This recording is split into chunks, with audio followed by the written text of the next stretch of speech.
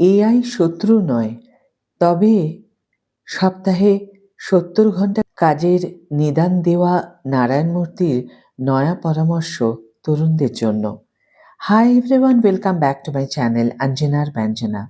বন্ধুরা, তোমাদের সকলকে আমার এই ছোট্ট ইউটিউব চ্যানেলে স্বাগত জানাই। প্রাক্তন ইনফোসিস কর্তা নারায়ণ মূর্তি বারংবার সাপ্তাহিক ৭০ ঘণ্টা কাজের নিদান দিয়েছেন তরুণদের। তাঁর দাবি, এই কথাটা আমি আমার কবরেও নিয়ে যাব। এমন মন্তব্যে বিস্তর বিতর্ক ঘনিয়েছিল। এবার ফের তরুণ প্রজন্মের উদ্দেশ্যে পরামর্শ দিলেন তিনি। এবার তিনি কথা বলেছেন কৃত্রিম বুদ্ধিমত্তা নিয়ে। এআই নিয়ে ভয় বাড়ছে, সে অচিরেই বহু মানুষের চাকরি খাবে। কিন্তু নারায়ণ মূর্তির মতে এই নিয়ে আতঙ্কিত হওয়ার কিছু নেই, বরং সতর্ক থাকতে হবে। তাহলে বরং উপকৃতই হবে নতুন প্রজন্ম। এক সংবাদ মাধ্যমকে তিনি বলেছেন, উৎপাদনশীলতার ক্ষেত্রে জেনারেটিভ এআই ব্যবহারে আমার নিজস্ব পরীক্ষাগুলি থেকে দেখিয়েছি যে এই সহায়ক প্রযুক্তিগুলি ব্যবহার করে কোনো বুদ্ধিমান মন আরও ভালো মানের এবং উন্নত স্তরের উৎপাদন দক্ষতা অর্জন করতে পারে। তাঁর পরামর্শ, তরুণদের আতঙ্কিত হওয়ার কিছু নেই।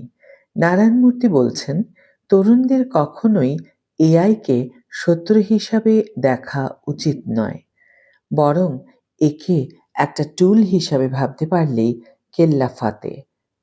কঠোর শ্রম, নিয়মানুবর্তিতা, ক্রমান্বয়ে শিখে চলার প্রক্রিয়াকে ত্বরান্বিত করতে পারে কৃত্রিম বুদ্ধিমত্তা। প্রসঙ্গত, সময়ের সঙ্গে পাল্লা দিয়ে ছুটছে প্রযুক্তি। বর্তমান সময়ে বড় চ্যালেঞ্জ আর্টিফিশিয়াল ইন্টেলিজেন্স, অর্থাৎ কৃত্রিম বুদ্ধিমত্তা। বিশ্বের তাবড় সংস্থাগুলি এআইতে বিপুল অঙ্কের বিনিয়োগ করেছে।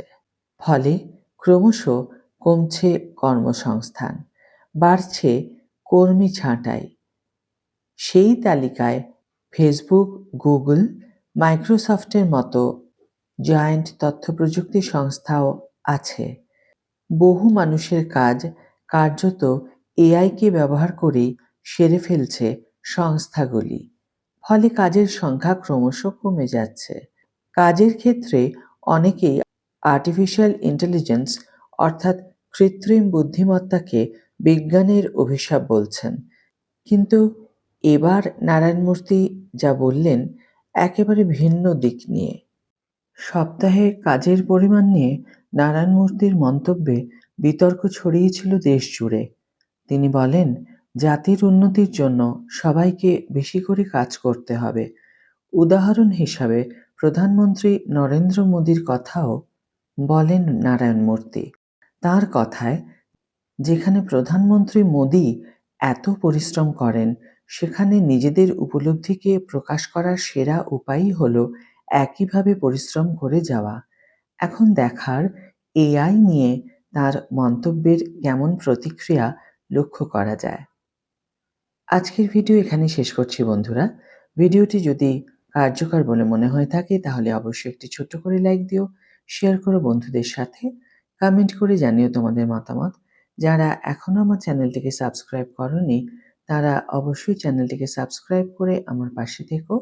আর যারা অলরেডি সাবস্ক্রাইব করে দিয়েছো তাদের জন্য আমার অনেক ভালোবাসা এবং অনেক ধন্যবাদ। আজ তাহলে বিদায় বন্ধু, দেখা হবে পরের ভিডিওতে। ভালো থেকো, সুস্থ থেকো, সঙ্গে থেকো।